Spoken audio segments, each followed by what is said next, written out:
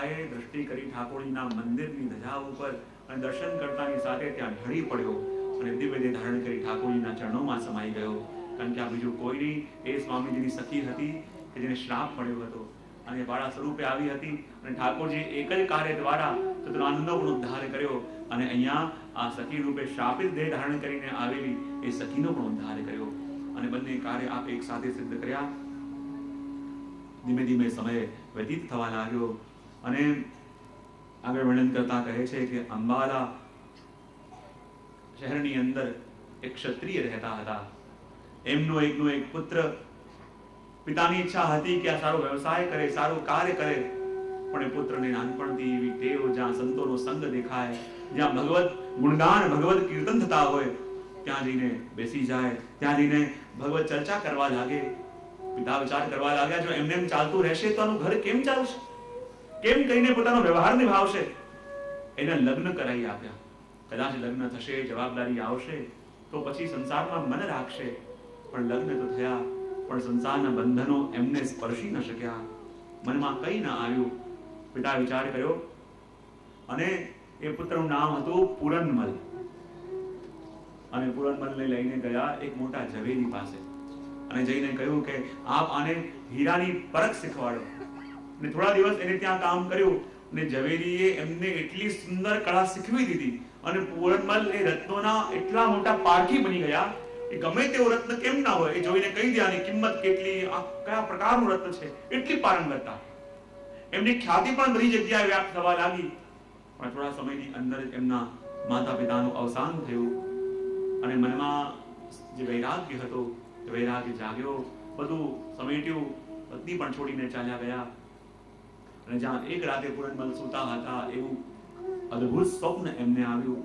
જેવા સવારે જાગ્યા અને જેટલી પણ સંપત્તિ હતી એ બધી સંપત્તિ, બધું દ્રવ્ય એમને ભેગું કર્યું, એક મોટા પોટલામાં બાંધ્યું અને પોટલો ખભે મૂકીને ચાલવા લાગ્યા. મુખમાં આશ્ચર્ય હતું કે આ શું મેં જોયું છે સ્વપ્ન છે કે હકીકત છે? આજે મને દેખાયું છે હકીકત છે કે ખાલી મારા મનનો ભ્રમ છે? અને આશ્ચર્યની વાત તો એ હતી કે જે સ્વપ્ન અંબાલાની અંદર પૂરનમલને આવ્યું એ જ બરાબર એવું ને એવું સ્વપ્ન આગ્રાની અંદર હીરામણી નામના એક કારીગરને પણ આવ્યું, મિસ્ત્રીને પણ આવ્યું. અને એ પણ જાગ્યો અને જાગતાની સાથે એ પણ શ્રીજીના દર્શન કરવા માટે, દેવદવનના દર્શન કરવા માટે નીકળ્યા. બંને એક સાથે પહોંચ્યા ગોવર્ધન અને જ્યાં બંને ચડતા ચડતા જોડે ઉપર ગયા. બંનેને ખબર નહીં કે અમે બંને અલગ અલગ ગામથી આવ્યા છીએ, પણ બંનેનું લક્ષ્ય તો એક જ છે. જ્યાં બંને આગળ આવ્યા અને આવીને જ્યાં પ્રભુના દર્શન કર્યા, દર્શન કરવા માત્રથી એમને ખાતરી થઈ ગઈ કે જેણે અમને સ્વપ્નમાં દર્શન આપ્યા હતા એ આ સ્વરૂપ છે. અંદર સેવા કરતા રામદાસજીને જોયા અને કહે, રામદાસજી એક જરૂરી કામ મારે છે, એક જરૂરી વાત કરવા માંગીએ છીએ. બોલે શું? પૂરનમલ કહેવા ગયો કે જેવી રીતે કાલે હું રાત્રિના સૂતો હતો અને આ દેવદમન મારા સ્વપ્નમાં આવ્યા અને આવીને મને કહે કે તું મારા માટે અહીંયા ભવ્ય મંદિર બનાવ અને તું એકલો જ્યારે મંદિર બનાવશે તો એ મંદિરમાં હું વાસ કરીશ. મને સમજમાં નથી આવતું કે આ સ્વપ્ન છે કે હકીકત છે. અને જ્યાં આ વાત સાંભળી પાછળ ઉભેલા હીરામણી મિસ્ત્રીએ પણ કહ્યું કે શું વાત કરો છો? આજ પ્રભુએ તો કાલે મને પણ દર્શન આપ્યા અને મને પણ આજ્ઞા કરી કે મારા માટે સુંદર મંદિર સિદ્ધ કરવાનું છે અને એમાં તમારે પણ જોડાવાનું છે. મને વિચાર કરવા લાગ્યા, જો ખરેખર એક સાથે બંનેને સ્વપ્ન આવ્યું છે તો આ પ્રભુની જ કંઈક ઈચ્છા લાગે છે, આ પ્રભુનો જ કંઈક સંકેત લાગે છે. હવે શું કરવું જોઈએ? રામદાસજીને કહે, બતાવો હવે શું ઉપાય છે? રામદાસજી કહે, આ ઠાકોર તો શ્રી મહાપ્રભુજીના ઠાકોરજી છે અને જ્યારે શ્રી વલ્લભ પધારે ત્યારે જ એમની આજ્ઞા લઈને કંઈક કાર્ય આગળ થઈ શકે. અને જ્યાં બંને સમાચાર મળ્યા કે શ્રી વલ્લભ પધારશે તો એમની આજ્ઞાથી જ કંઈક થઈ શકે.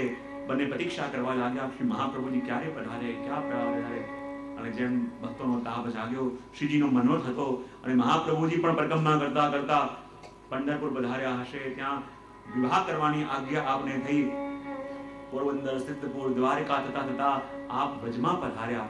અને જે દિવસે આ પૂરનમલ ક્ષત્રિય અને હીરામણી મિસ્ત્રી બંને આવ્યા એના બીજા જ દિવસે શ્રી મહાપ્રભુજી ત્યાં પધાર્યા. અને જ્યાં બીજે મહાપ્રભુ પધાર્યા અને આવીને રામદાસજીને પૂછ્યું કે અહીંયા કોઈ પૂરનમલ નામનો વ્યક્તિ આવ્યો છે? અને કહ્યું, કૃપાનાથ, હા, હું આપને એ જ વાત કહેવા માંગતો હતો કે કાલે જ પૂરનમલ અને હીરામણી નામના કારીગર આવ્યા છે અને એ બંને કહી રહ્યા છે કે શ્રીનાથજી એમને દર્શન આપ્યા અને દર્શન આપીને આજ્ઞા કરી છે કે તમે અમારા માટે એક સુંદર ભવ્ય મંદિર બનાવો. શ્રી મહાપ્રભુજી બંનેને બોલાવ્યા, બંને આવ્યા, દંડવત શ્રી મહાપ્રભુજીને કર્યા અને કહ્યું કે શ્રીજીની આજ્ઞા છે અને માટે અમે અમારું સર્વસ્વ લઈને શ્રીજીને અર્પણ કરવા માટે આવ્યા છીએ. આપ સર્વસ્વ દ્રવ્ય સ્વીકાર કરો. મહાપ્રભુજી કે અમે તો સેવક સિવાય કોઈનું કંઈ લઈ ન શકીએ. બંને શરણે આવ્યા, બંનેને બ્રહ્મ સંબંધ થયો અને ત્યારે શ્રી મહાપ્રભુજી કહ્યું કે તમને શું આજ્ઞા થઈ છે? બોલે કે શ્રીનાથજીનું ભવ્ય ભવન સિદ્ધ થાય, ભવ્ય મંદિર સિદ્ધ થાય અને ત્યાં શ્રીનાથજી બાબા ખૂબ જાહો જલાલીથી બિરાજે એવું મને આજ્ઞા થઈ છે. શ્રી મહાપ્રભુજી હીરામણી કારીગરને બોલાવ્યો અને હીરામણી મિસ્ત્રીને કહેવા લાગ્યા, જો અમારા પુષ્ટિ માર્ગની અંદર તમે શ્રીનાથજીના મંદિરનો નકશો બનાવો, પણ એ નકશો મંદિરનો એવો હોવો જોઈએ કે એમાં ધજા, કલશ ઇત્યાદિ ન હોય અને મંદિર પણ શિખરબંધ ન હોય, ઘુમ્મટ ન હોવું જોઈએ. એવું મંદિર બનાવજો કે જે બરાબર નંદરાયજીના ઘરની જેમ, નંદાલયની જેમ હોય. ઠીક છે, બધું વર્ણન કર્યું અને જે વર્ણન શ્રી મહાપ્રભુજી કર્યું હતું કે એવું મંદિર બનાવજો જેમાં શિખરબંધ ન હોય, જેમાં ધજા ન હોય, કલશ ન હોય, એ જ તો મંદિર બનાવજો. બિલકુલ નંદરાયજીના ઘર જેવું હોય એવું મંદિર બનાવજો. અને એવો જ નકશો બનાવીને જ્યારે હીરામણીએ રાત્રિના સમયમાં જેવી રીતે મહાપ્રભુજી કહ્યું એવી રીતે જ નકશો બનાવ્યો. પણ જ્યાં સવાર થઈ અને મહાપ્રભુજીને નકશો બતાવ્યો એની રેખાઓ બધી ફરી ગઈ અને મંદિરના નકશામાં ઉપર ઘુમ્મટ આવી ગયું, શિખર બંધ થઈ ગયું, ધજા આવી ગઈ. મહાપ્રભુજી કહેવા લાગ્યા, મેં તમને કાલે વાત કરી હતી કે મારે શ્રીનાથજીનું મંદિર બનાવવું છે, પણ એ મંદિર નંદરાયજીના ઘર જેવું થવું જોઈએ, એમાં ધજા, કલશ, શિખર ના આવવા જોઈએ. કહે છે વલ્લભ, હું સાચે કહું છું, કાલે મેં જે નકશો બનાવ્યો એ નકશા બરાબર આપે આજ્ઞા કરી એ પ્રમાણે હતો. તો આ રેખાઓ કેવી રીતે ફરી ગઈ? હું આજે ફરી બદલી લાવીશ. રાત્રિના ગયો બરાબર સાવધાનીથી જેવી રીતે શ્રી વલ્લભે આજ્ઞા કરી બરાબર એવી રીતે એમણે મંદિરનો નકશો બનાવ્યો. નંદાલયના જેવો, નંદરાયજીના ઘર જેવો, ઉપર ધજા નહીં, કલશ નહીં, શિખર નહીં. પણ જેવો મહાપ્રભુજીની આગળ બીજા દિવસે આવ્યો પાછી બધી રેખાઓ ફરી ગઈ અને મંદિરના નકશામાં એ જ ધજા, કલશ, ઘુમ્મટ બધું આવી ગયું. મહાપ્રભુજી કેવું કરે, વારે વારે થઈ રહ્યું છે, તું ત્રીજી વાર મારી સામે બનાવ.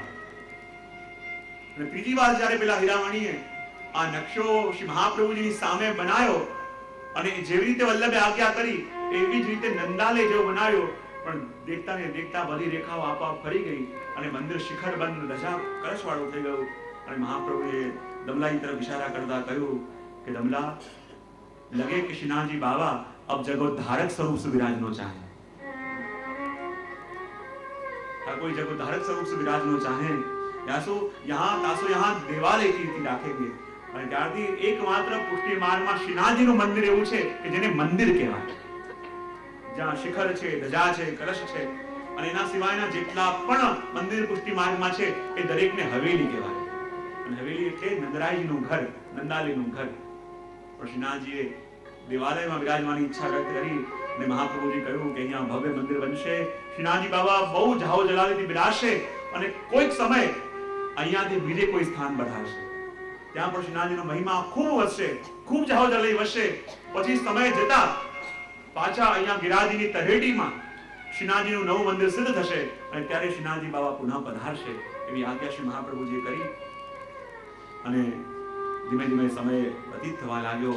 બધાએ આનંદ કર્યો, નકશો સિદ્ધ થયો છે, બધાને એટલો ઉત્સાહ છે કે શ્રીનાથજી બાબાનું મંદિર સિદ્ધ થશે અને અક્ષય તૃતીયાનું મુહૂર્ત નીકળ્યું. બધા કે આવું સુંદર મુહૂર્ત છે અને અક્ષય તૃતીયાના દિવસે જ આપણે શ્રીનાથજીના મંદિરનો પ્રારંભ કરીએ. સૌથી પહેલા શ્રી મહાપ્રભુજી ગિરિરાજ બાબાને વિનંતી કરી, કૃપાનાથ, આપની ઉપર શ્રીજીનું મંદિર સિદ્ધ થઈ રહ્યું છે, આપને ખૂબ શ્રમ પડશે, આપને ખૂબ પીડા થશે, અનેક કારીગર ઉપર ચડશે, પ્રભુ આપને બહુ શ્રમ પડશે. ત્યારે શ્રી ગિરિરાજ બાબાએ કહ્યું, મારા પ્રાણ પ્રેષ્ઠ સુખથી બિરાજતા હોય તો બધું પીડા પણ મને મારા સેવા જેવી જ લાગશે. મોટા મોટી પીડા પણ મને સુખ આપશે. તેથી મારા પ્રાણ પ્રેષ્ઠ સુખ મળવાનું હોય, મારા પ્રભુ અહીંયા સુખથી બિરાજશે, માટે મને એનાથી ઉત્તમ કઈ નહીં હોય. અને જ્યારે મને તાપ થશે એ વખતે જ્યારે પ્રભુના ભક્તો પ્રભુના દર્શન કરવા માટે જશે અને એમના ચરણોનો સ્પર્શ મને થશે તો એનાથી મારી બધી પીડા દૂર થઈ જશે. આ વાત ગિરિરાજ બાબાએ કરી. અને બધા નક્કી કર્યું કે કેમે કરીને આ મંદિર જે શ્રીનાથજીનું આપણે પ્રારંભ કરીએ 6 મહિનાની અંદર આ મંદિર સિદ્ધ કરી દઈએ. એટલું દ્રવ્ય પણ લઈને પુરણમલ આવ્યા હતા, બધી એવી યોજના પણ હતી, એટલા કારીગરો પણ હતા, લોકોનો એટલો સહયોગ પણ હતો અને બધાની ઈચ્છા હતી કે 6 મહિનામાં મંદિર બની જાય, પણ શ્રીનાથજીની ઈચ્છા કંઈક અલગ હતી. જ્યાં મંદિરની નીંવ ખોદાઈ અને થોડું કાર્ય પ્રારંભ થયું, એમાં જ પૂરણમલ જે અઢળક સંપત્તિ લઈને આવ્યા હતા એ બધી સંપત્તિ ખતમ થઈ ગઈ. બધી સંપત્તિ વપરાઈ ગઈ. વિચાર કરે કેટલી સંપત્તિ લઈને આવ્યા હતા કે આવા તો કેટલા મોટા મોટા અનેક ભવનો બની જાય, પણ જ્યાં મંદિરની નીંવ ખોદાઈ, થોડું કાર્ય પ્રારંભ થયું અને ત્યાં જ બધી સંપત્તિ વપરાઈ ગઈ. આવું કેમ? શ્રીનાથજી બાબા વિચારે કર્યો, પૂરણમલ દેહથી તો સેવા કરવા આવ્યો છે, પણ આની વિતજા સેવા ત્યારે સિદ્ધ થશે કે જે દ્રવ્ય હોય એનું પોતાનું કમાવેલું હોય. તો આની પાસે જે સંપત્તિ છે એની પોતાની કમાઈ નથી, એના પુરખોની સંપત્તિ છે, અને એની પુરખોની સંપત્તિથી એ યદિ મારી સેવા કરશે તો એની વિતજા સેવા સિદ્ધ થઈ નહીં કહેવાય, અને વિતજા સેવા સિદ્ધ નહીં થાય તો પછી એને માનસીનું દાન હું કરવા માંગુ છું કેમ થશે? માટે પ્રભુ એવી લીલા કરી કે પૂરણમલ ક્ષત્રિયનું બધું જ દ્રવ્ય ખૂટી ગયું. વિચાર કરવા લાગ્યા, હવે મંદિર કેમ બનશે? હવે મંદિરનું કાર્ય આગળ કેવી ચાલશે?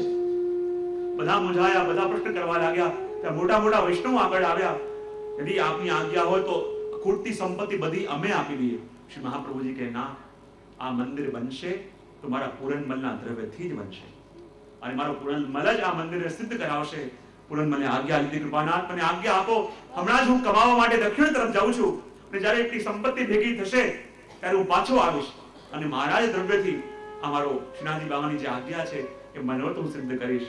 એમ વિચાર કરીને પૂરણમલ આગળ દ્રવ્ય કમાવા માટે દક્ષિણ દિશા તરફ ગયા. શ્રી મહાપ્રભુજી પોતાની પરિક્રમા આગળ પ્રારંભ કરી. કુરુક્ષેત્ર, બદ્રીનાથ, વ્યાસ ગુફામાં પધાર્યા. વ્યાસજીથી મળ્યા. વ્યાસજી પણ વિવાહની આજ્ઞા આપને કરી. ત્યાંથી શ્રી મહાપ્રભુજી પધાર્યા કાશી. ત્યાં મંગલ નામના બ્રાહ્મણની કન્યા સાથે શ્રી મહાપ્રભુજીનો વિવાહ થયો. બોલે શ્રી વલ્લભા. ત્યાંથી મહાપ્રભુજી શ્રી અડેલ પધાર્યા. અડેલ પધારી આપે ગ્રહસ્થ આશ્રમનો પ્રારંભ કર્યો. બીજા ગ્રહસ્થ આશ્રમનો આપે પ્રારંભ કર્યો.